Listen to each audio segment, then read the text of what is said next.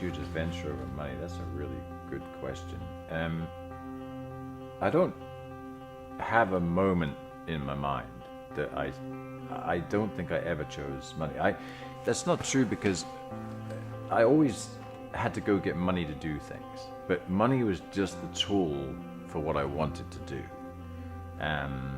If I wanted, I wanted to go to Europe when I was 18, and I was working, actually I was doing voluntary work in London, and it was a key component of why I started my charity eventually, after I'd done nearly a year of voluntary work in London, and I did gardening and painting and decorating on the side. I bought a little motorcycle, and I saved up some money, and at the end of my term there I sold it and took off to Europe. So the money got me into Europe, and I had an interesting situation. In 1995 I did a motorcycle trip that ended up in Peru, and I rode through 9 countries from Guatemala to Peru. I was there for 6 weeks.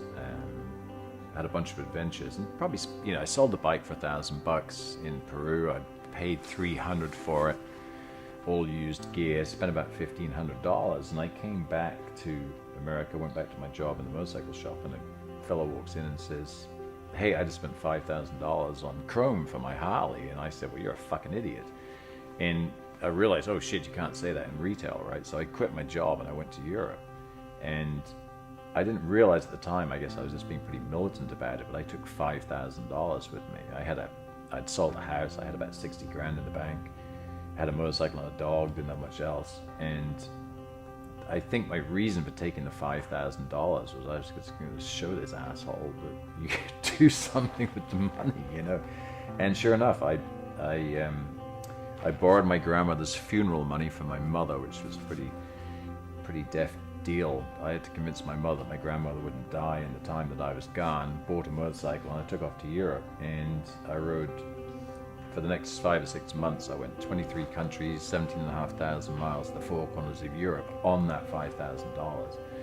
And I didn't realize at the time, but I think now I was just being militant. I was just like, hey, you can do something else with 5 grand. So my interpretation of what money does, I think, is and has always been different.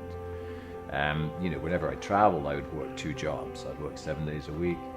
And one of the reasons was, if you're working 7 days a week, you can't spend money.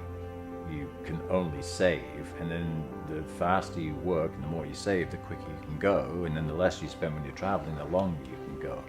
So I just had a different equation, I guess, about money. So when I look at someone driving down the road and some big fancy car, and they're cutting everybody up and talking on the cell phone, and I'm thinking, well, you're spending $1,500 a month making payments on that thing, and you're using a gallon of gas every 8 miles. You're not going anywhere, right? Well, he is going somewhere. He's taking his ego to his job, and that's what makes him tick. And it's not what makes me tick. And it doesn't make me wrong. It just makes me the way I am. So I don't think I've ever thought about money. I mean, yes, you need money to do things, but that's all it's been. I think about what I want to do, set about doing it, and then if it requires money, then if I've got to go wash dishes until I get the money, I'll do it, or get sponsorship or whatever I've done. So I hope that answers that question. I was riding from northern Turkey to the Mediterranean in 1996, and I was dropping off the plane. It had been really, really freezing cold. It had some sketchy things with the PKK, the terrorists, the Kurdish terrorists out in the east, and I suddenly came down to these olive groves, and it was this most beautiful afternoon, and the sun was shining, and there was shepherds, and suddenly I wasn't seeing guys with machine guns in my brain. Suddenly I needed a camera and I needed a microphone to be able to talk and show what I was seeing to people. And over the course of the next couple of months, I came up with an idea that I wanted to ride the Silk Road to China, follow Marco Polo's journeys. And my original idea was that I would make a teacher training program for kids at school, because I thought kids need to learn more about travel and they could follow us on this journey. And you imagine in those days, you needed satellite trucks to get images live. It was all a bit of a mad idea. So by late 1999, I was out in the Himalayas of northern India, doing a charity ride with a TV crew and a magazine crew, trying to learn what to do. And that was what started my journalism career. So I didn't actually get to do the Silk Road to China family came along and kids, and then I kind of moved off to the side a little while where the fast money in journalism was testing motorcycles. So I'd go ride the motorcycle, write a review for the magazines and collect the money, and it was all over quite quickly, as opposed to travel stories that took weeks or months to do them and get the support for them, come back and write them, and there wasn't as much money, and kids need diapers and formula, and wives need cars with hubcaps on them. It's quite why I'm divorced now, but anyway.